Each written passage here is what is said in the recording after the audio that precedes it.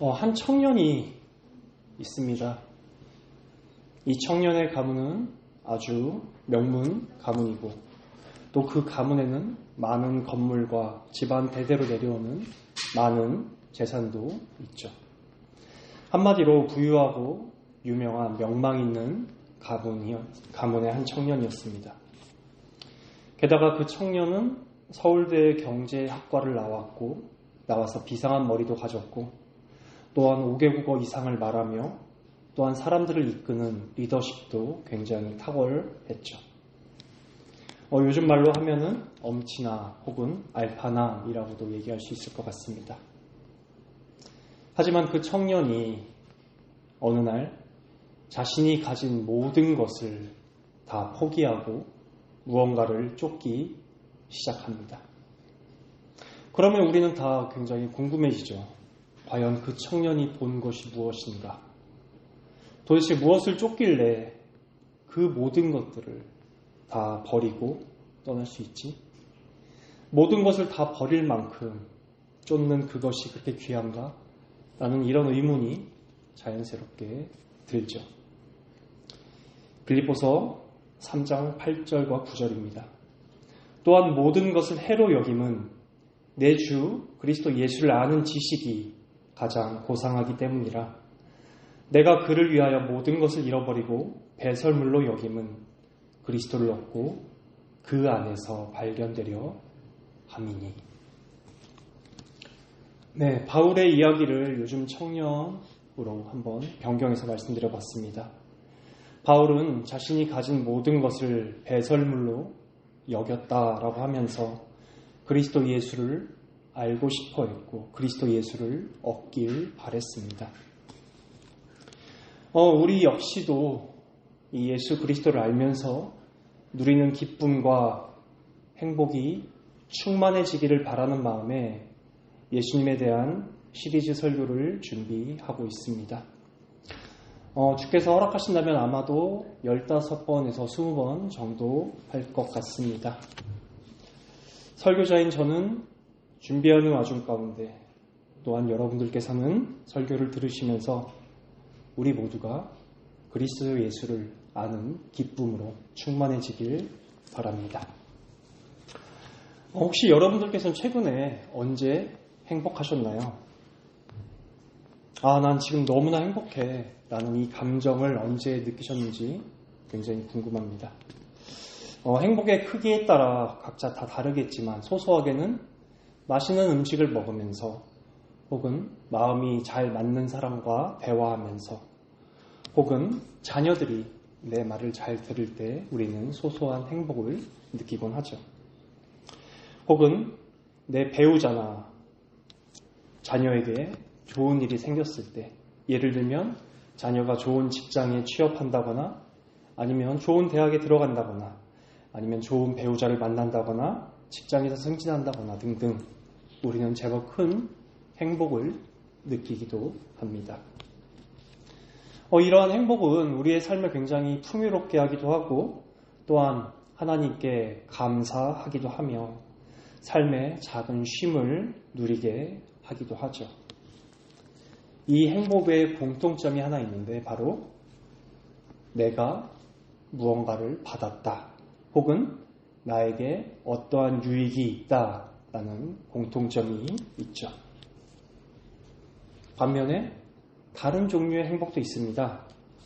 다른 사람을 섬기는, 베푸는 행복도 있죠. 예를 들어서 저녁을 맛있게 준비해서 가족들에게 주었을 때 그 가족들이 그것을 정말 감사하고 기뻐하는 마음으로 맛있게 먹으면 우리는 이를 통해서도 행복을 느낍니다.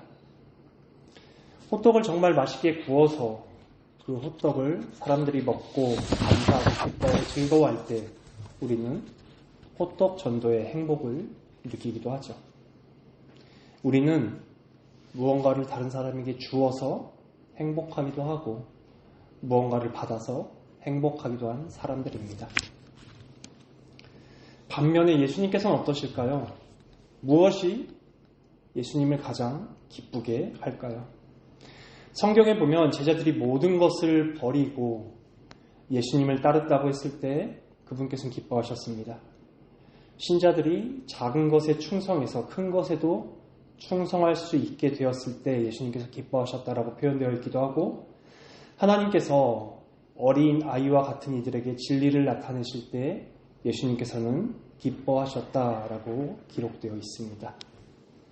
또한 우리는 본능적으로 예수님의 말씀에 우리가 순종하고 하나님의 율법을 우리가 잘 지킬 때 예수님께서 기뻐하실 것이라는 것도 우리는 본능적으로 알고 있습니다. 하지만 우리가 죄를 저질렀거나 실패했거나 낙심했을 때 우리를 향한 그리스도의 마음은 과연 어떨까요? 이에 대해 청교도 신학자였던 토마스 부디는 이렇게 말했습니다. 그리스도 자신의 기쁨, 위로, 행복, 영광은 세상에 있는 자신의 지체들에게 은혜와 긍휼을 베풀고 그들을 용서하고 그들을 안심시키고 그들을 위로할 때 더욱 증대되고 커진다. 이렇게 말했습니다. 이 말은 이런 말이죠. 오히려 우리가 낙심하고 실패하고 좌절하고 범죄해서 그분의 긍휼과 자비와 사랑을 우리가 구할 때, 즉 우리가 그분께 용서를 구할 때 그분은 당황하거나 실망하지 않으시고 오히려 기뻐하시며 우리의 가슴이 터질 정도로 우리를 꼭 끌어안아 주신다라는 의미입니다. 물론 우리가 죄를 저질렀을 때 예수님께서는 마음 아파하시죠. 왜냐하면 죄는 우리와 하나님을 멀어지게 하니까요. 하지만 죄를 저지른 그 상태에 있는 그대로, 그 상태 그대로 있는 것을 예수님께서는 싫어하십니다. 그 상태에서 오히려 주의 이름을 부르는 자, 곧 우리가 다시금 예수님의 보혈로 정결하고 깨끗하게 되기를 예수님께서는 너무나 바라고 원하십니다. 예수님께서는 긍휼과 자비를 베풀기를 기뻐하시고 우리는 그분의 긍휼과 자비를 받아 누림으로써 예수님을 기뻐하게 되죠. 왜냐하면 예수님께서는 병자를 치료하고 고치러 오신 의사이시기 때문입니다. 우리가 고통과 좌절과 낭만과 죄 가운데서 나와서 그리스도께 나와 그분의 긍휼과 사랑과 도우심을 구하는 것은 그분의 가장 깊은 열망을 따르는 것입니다. 이에 대해 기독교에서 가장 위대한 신학자라고 불리는 어거스틴은 이렇게 말하기도 했습니다. 이 세상 모든 것이 다 하나님의 손안에 있는데 어디로 피하겠습니까? 그러니 오히려 하나님께로 피하십시오. 우리 안에는 하나님의 형상이 아직 희미하지만 남아 있습니다. 다른 이들을 도우면서, 다른 이들을 섬기면서 우리 마음에 기쁨이 차오르는 것이 바로 희미한 하나님의 형상이죠. 좀 전에 얘기했던 호떡 비유 전도라든가 아니면 부모님께서 자녀에게 필요한 무언가를 베풀 때 그런 기쁨 같은 것. 그렇다면 과연 제가 말씀드린 이 내용이 성경적일까요? 오늘 본문을 제가 다시 한번 읽어드리도록 하겠습니다. 믿음의 주요 또 온전하게 하시는 이인 예수를 바라보자. 그는 그 앞에 있는 기쁨을 위하여 십자가를 참사 부끄러움을 개의치 아니하시더니 하나님 보좌 우편에 앉으셨느니라. 그 앞에 있는 기쁨, 그것은 어떤 기쁨일까요? 바로 자신의 몸인 교회, 즉 여러분과 제가 죄 사함을 받아 정결하게 되는 것을 예수님께서 보시는 기쁨입니다. 또한 하나님 보좌 우편에 예수님께서 앉으셨다라고 오늘 본문에서 말하고 있습니다. 놀랍게도 히브리서에는 예수님께서 하나님 보좌 우편에 앉으셨다라는 표현이 4번이나 등장합니다. 히브리서 1장 3절입니다. 죄를 정결하게 하는 일을 하시고 높은 곳에 계신 지극히 크신 이의 우편에 앉으셨느니라. 히브리서 8장 1절과 히브리서 10장 12절에서도 동일하게 죄를 정결하게 하시는 사역과 하나님 보좌 우편에 앉으셨다라는 이야기입니다. 오늘 본문에서도 예수님께서는 하나님 보좌 우편에 앉으셨다라고 표현되어 있기 때문에 바로 예수님의 정결케 하시는 사역과 연결되어 있음을 보는 것이 타당합니다. 우리들이 죄에서 깨끗하게 씻겨지고 예수님의 의로움이 우리 영혼에 입혀지는 바로 그 사역이 예수님의 기쁨이 된다라고 히브리서 저자는 말하고 있는 것입니다. 예수님께서는 우리가 자신처럼 깨끗해질 것이라는 즐거운 희망을 품고 체포당하시고 죽으셨고 장사되셨다 부활하셨습니다. 그렇기 때문에 우리가 그리스도의 십자가 속죄를 의지하며 하나님께 나아가 용서를 구하고 하나님과 교제를 누린다면 그것은 예수님의 가장 큰 열망과 기쁨이 이루어지는 것이죠. 이 말은 또한 성경의 다른 부분에서는 한 사람의 죄인이 회개하면 온 천국이 기뻐한다라고 누가복음 15장 7절의 말씀과도 일맥상통하고 제자들이 예수님의 사랑 안에 거하여 제자들의 기쁨과 예수님의 기쁨이 충만해지길 바란다라는 요한복음 15장 11절의 말씀과도 일맥상통합니다. 오늘 설교의 적음과 복음입니다. 예수님께서는 우리와 다르십니다. 그분은 하나님이시고 우리는 피조물일 뿐이죠. 우리가 우리 자신의 생각으로 예수님께서도 그러하실 거다라고 생각하는 것은 잘못된 생각입니다.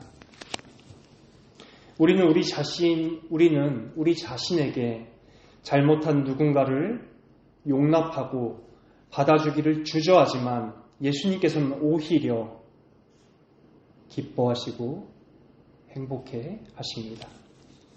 다시 한번요. 우리는 우리 자신에게 잘못한 누군가를 용서하고 받아주기를 주저하지만 예수님께서는 오히려 기뻐하시고 행복해 하십니다. 이것이 우리와 너무나 다른 완전히 대조되는 그리스도의 영광입니다. 우리와 달리 너무나 아름답고 찬란한 예수님의 영광이죠. 그러한 예수님의 영광을 우리 모두가 믿고 신뢰하길 바랍니다. 그리스도께로 오세요. 그리스도 안에 모든 것이 다 있습니다. 단지 우리는 아파요, 힘들어요, 도와주세요, 나를 건져주세요 라고 외치면 됩니다. 이에 대한 성경적 표현은 누구든지 주의 이름을 부르는 자는 구원을 받으리라 라고 말씀하셨죠. 그때 우리 예수님께서는 기쁨으로 우리를 고쳐주시고 쉬게 하시고 도와주시고 건져주십니다. 우리의 연약함으로 우리는 예수님을 높일 수 있습니다. 그렇게 그리스도 안에서 평안과 기쁨과 만족을 누리면서 우리도 우리에게 잘못한 누군가를 용서해주고 용납해주고 다시 받아줄 수 있습니다. 우리는 오직 복음의 터 위에서만 거룩을 향해 나갈 수 있는 자들입니다. 이 내용을 오늘 본문의 앞부분에서는 온전케 하시는 이인 예수라고 히브리서 저자는 말했습니다. 그리스도의 영광인 이 위대한 복음을 찬양하고 높이고 기뻐하는 우리 시민교회가 되기를 간절히 소망합니다. 네, 함께 찬송 한 곡 부를 텐데요. 예수 예수라는 찬송입니다.